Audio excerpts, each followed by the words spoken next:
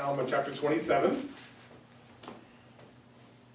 Now it came to pass that when those Lamanites who had gone to war against the Nephites had found, after their many struggles to destroy them, that it was in vain to seek their destruction, they returned again to the land of Nephi.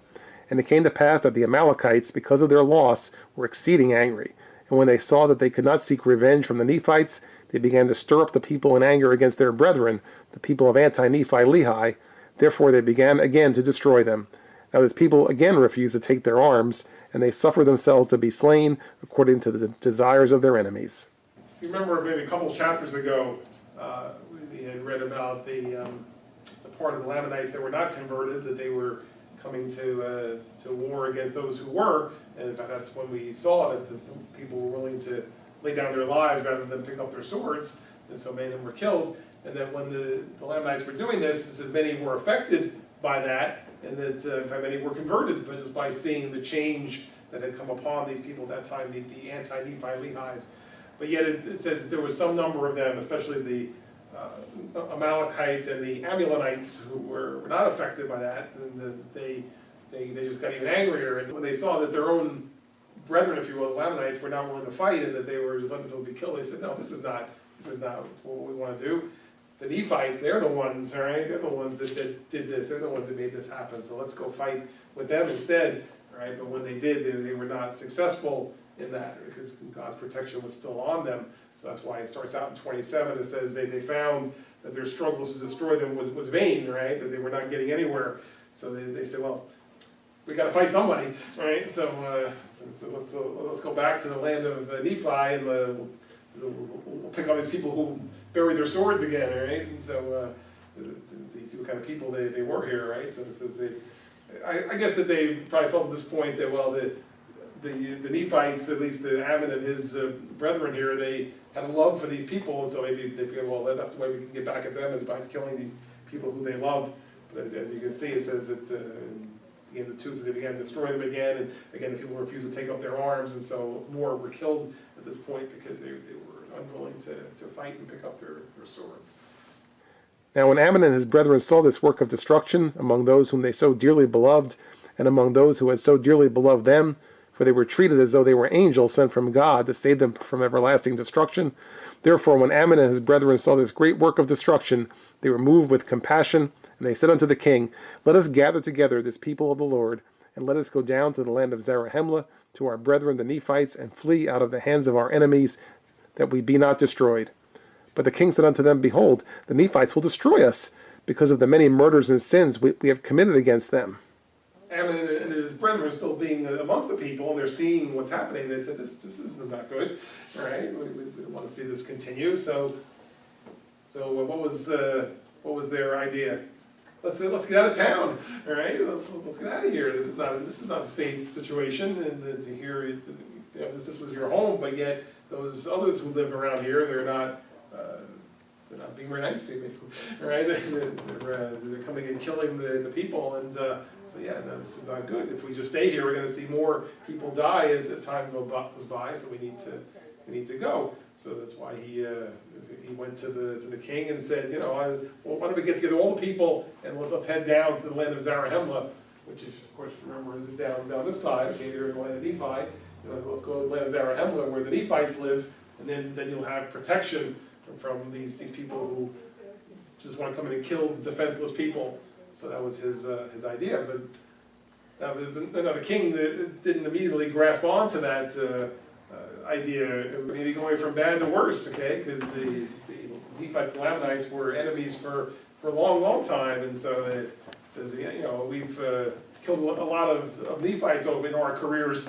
So if we go down there, they're not going to be too accepting of us. They'll probably wipe us out too. So we're kind of between the rock and the hard place now, and so that was his initial reaction, that might not be that safe for them to go there either. Maybe he said, is there any other place you can suggest that might be safer than that? Because that's not sounding too good either. And Ammon said, I will go and inquire of the Lord. And if he say unto us, Go down unto our brethren, will ye go? And the king said unto him, Yea, if the Lord saith unto us, Go, we will go down unto our brethren, and we will be their slaves until we repair unto them the many murders and sins which we have committed against them. But Ammon said unto him, It is against the law of our brethren, which was established by my father, that there should be any slaves among them. Therefore let us go down and rely upon the mercies of our brethren. But the king said unto him, Inquire of the Lord, and if he saith unto us, Go, we will go, otherwise we will perish in the land. You know, it's nice when you deal with people who are believers, okay? Here he's trying to convince the king to lead the people down in the land of Zarahemla. The king is hesitant to do that, so I said, well, hey, how about if I'll pray about it, all right? I'll ask God, and if God says to go, then are you willing to go? And so the king, you know, being a believer, says, sure. If God says it, then no problem, right? And he says, hey, we'll be willing to come down and be your slaves, all right? We'll be the slaves down there. And so I said, well, no, that's not what it's about, all right? We don't really do slaves down our way, so no, we're not going to do that. And in fact, it says it's against the law of our brethren, which was established by my father, there should be any slaves. Now who was Ammon's father? You remember King Mosiah, right? Ammon was one of the four sons of Mosiah. So from back that long ago, that was set up that it wouldn't be slaves there. So I said, no, we don't do slaves. So you're not gonna be slaves.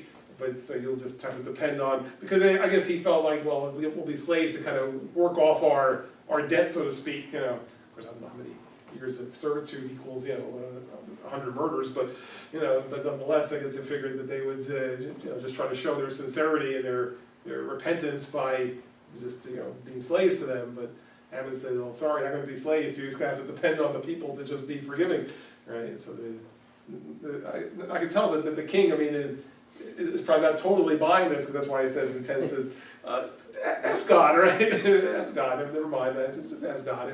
If he says to go, we'll go, otherwise we'll stay here and let them kill us, right? So that's the choice right now. So ask God, and if God says okay, then we'll go ahead. And it came to pass that Ammon went and inquired of the Lord. And the Lord said unto him, Get this people out of this land, that they perish not. For Satan has great hold on the hearts of the Amalekites, who do stir up the Lamanites to anger against their brethren to slay them. Therefore get thee out of this land, and blessed are this people in this generation, for I will preserve them. And now it came to pass that Ammon went and told the king all the words which the Lord had said unto him. So Ammon went in prayer, as was said, okay, and you see the answer, right? The God said to go.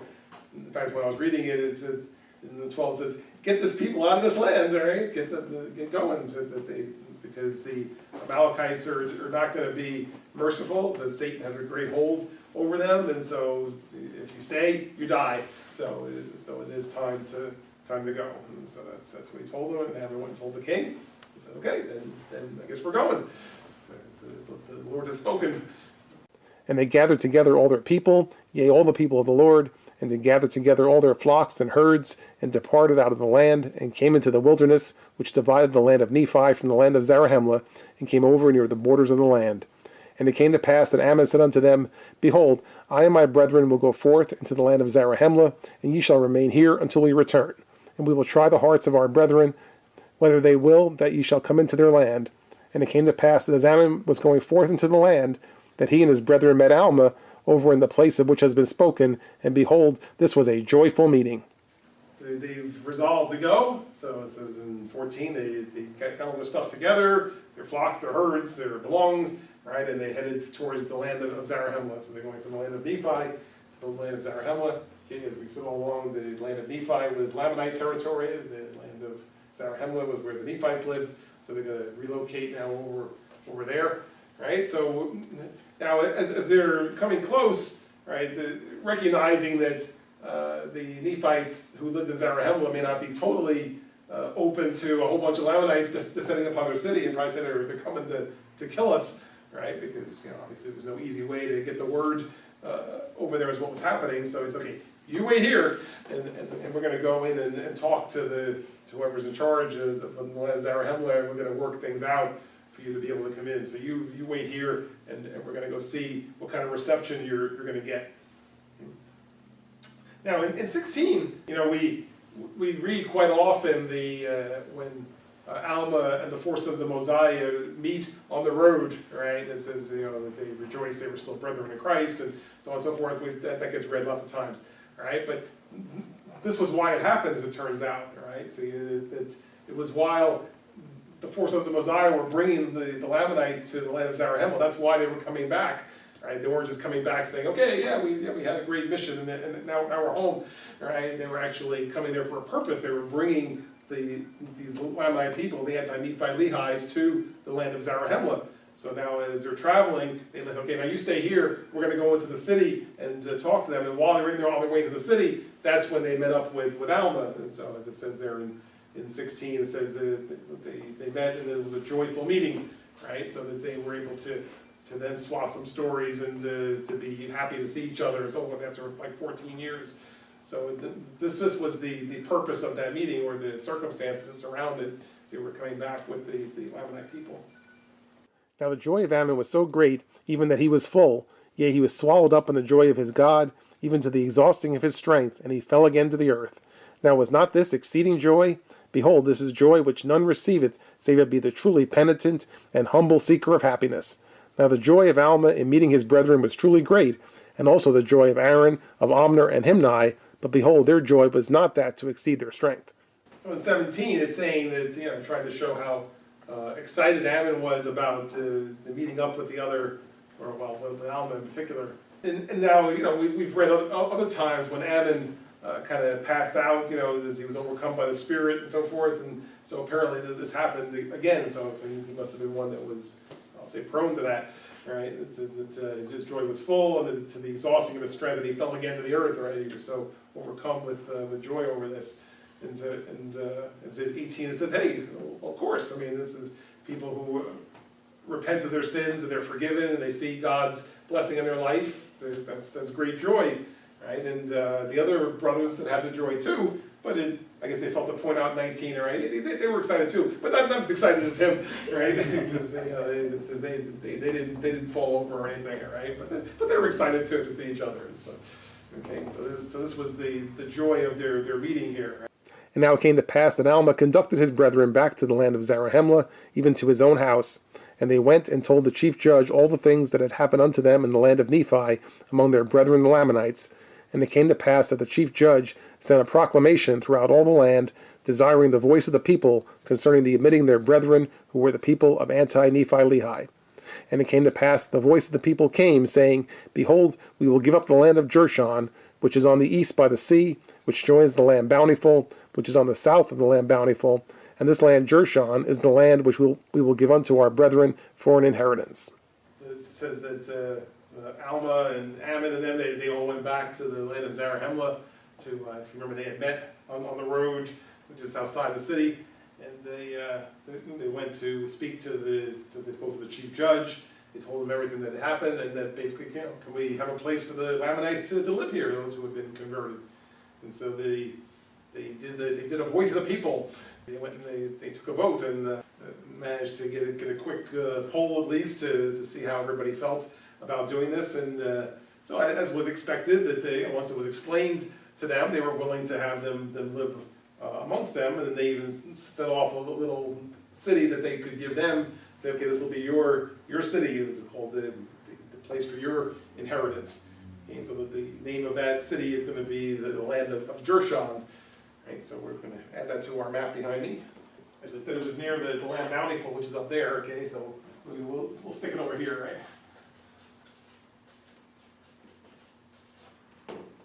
This way it's protected from the land of Nephi.